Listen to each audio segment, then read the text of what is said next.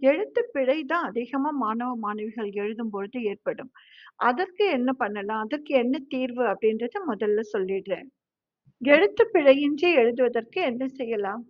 அதற்கான உங்களுக்கு ஒரு சொல்யூஷனும் மேம் குடுக்குறேன். தினமும் ஒரு பக்கம் நிறுத்தி நிதானமா படியுங்கள். ஒரு பக்கம் எந்த பக்கம்? உங்களுடைய பாடத்திட்டத்துல ஏதாவது ஒரு பக்கம் எடுத்து நிறுத்தி நிதானமா படிங்க. 2 கேள்வி பதில கண்டிப்பாக எழுதுங்க. அதை நீங்களே திருத்துங்க.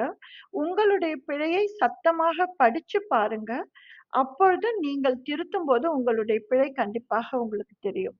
உங்களுக்கே நீங்கள் செய்த தவறும் புரிய ஆரம்பிக்கும். பிழை உள்ள வார்த்தைகளை 5 முறை எழுதிப் பாருங்க. 1 மாதம் தொடர்ந்து பரீட்சை வரும் வரை இதே மாதிரி ஃபாலோ பண்ணுங்க. கண்டிப்பாக எழுத்துப் பிழையின்றி உங்களால தேர்வு எழுத முடியும்.